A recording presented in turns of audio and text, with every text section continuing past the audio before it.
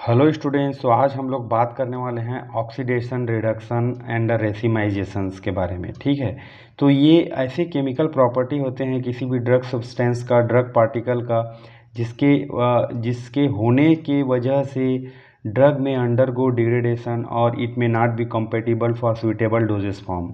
Right, तो इसको समझना बहुत ज़रूरी है। तो आइए समझने की कोशिश करते हैं कि ऑक्सीडेशन क्या होता है।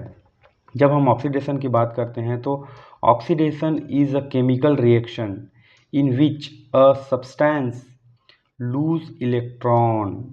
ठीक है, the substance it loses electron of, right, it loses electron often resulting in an increase in its oxidation state। ठीक है, तो यह है। एग्जाम्पल के लिए हम देखते हैं एसिटामिनोफेन। ये ऑक्सीजन के प्रेजेंस में क्या हो जाएगा, एन एसिटाइल पी बेंजोक्विनोन अमीन, NaPQI। ठीक है, जो कि एक टॉक्सिक फॉर्म है और वो लीवर को डैमेज कर सकता है। ठीक है, तो ये if it go under oxidation it may be toxic. तो इसको रोकने के लिए हम क्या कर सकते हैं, एंटीऑक्सीडेंट मिलाएंगे। प्रिवेंशन कैसे कर सकते हैं, antioxidants by providing electron, right, accepted by any free radical to terminate the chain reaction.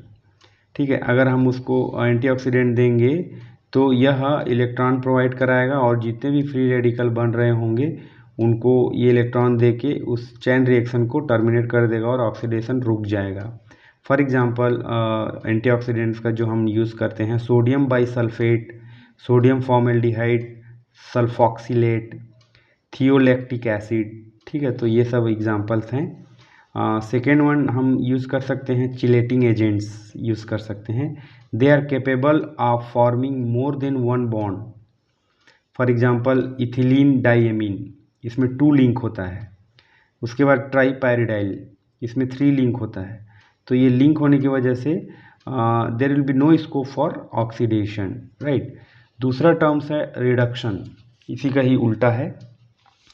तो ऑक्सीडेशन रिडक्शन आप लोगों ने पढ़ा भी होगा। ठीक है, तो रिडक्शन क्या होता है, reduction is a chemical reaction again in which a substance gain electrons, substance gain electrons. ठीक है, वहाँ पे क्या पढ़े थे हम, लूज इलेक्ट्रॉन्स। ठीक है, often resulting in a decrease in its oxidation state. ठीक है, फॉर एग्जांपल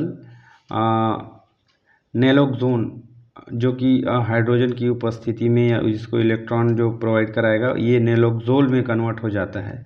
ठीक है, तो all factor which affect oxidation also affect the reduction. तो जो भी हमने देखा था वो सब इसको भी अफेक्ट करेंगे। If oxidation is prevented the same time we can prevent the reduction also.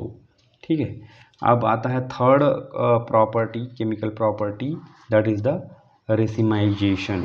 ठीक है, तो रेसिमाइजेशन क्या है, it is a chemical process, again it is a chemical process where chiral compound, that is typically an organic molecule, chiral compound, topically an organic molecule, convert into racemic mixture, losing its optical activity and forming equal amount of its enantiomers।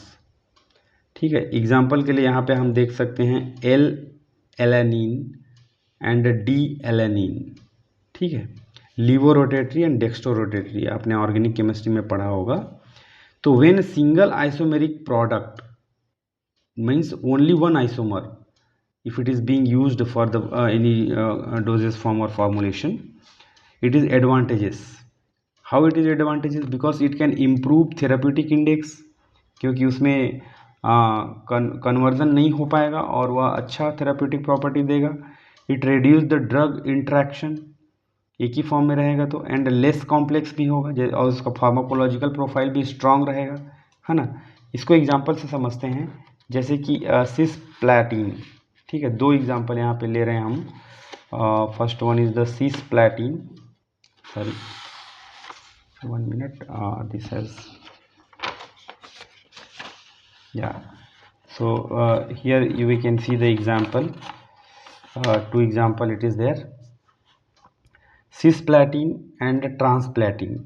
So cis form of the platin, it is anti-cancer activity, it is having anti-cancer, whereas transplatin or trans form of the platin, it is not anti-cancer. So only this isomer if it is being used, यह अच्छे से anti cancer activity देगा, otherwise anti cancer activity हमको मिलेगा ही नहीं, right. तो ये हो गया आपका ऑक्सीडेशन, रिडक्शन एंड रेसिमाइजेशन, ठीक है। तो यह नोट्स आपको टेलीग्राम चैनल में मिल जाएगा, लिंक मैं डिस्क्रिप्शन बॉक्स में दे दूंगा। आप चाहें तो अपना खुद का नोट्स बना सकते हैं इसको डाउनलोड करके, या डायरेक्टली इसी नोट्स से पढ़ सकते हैं।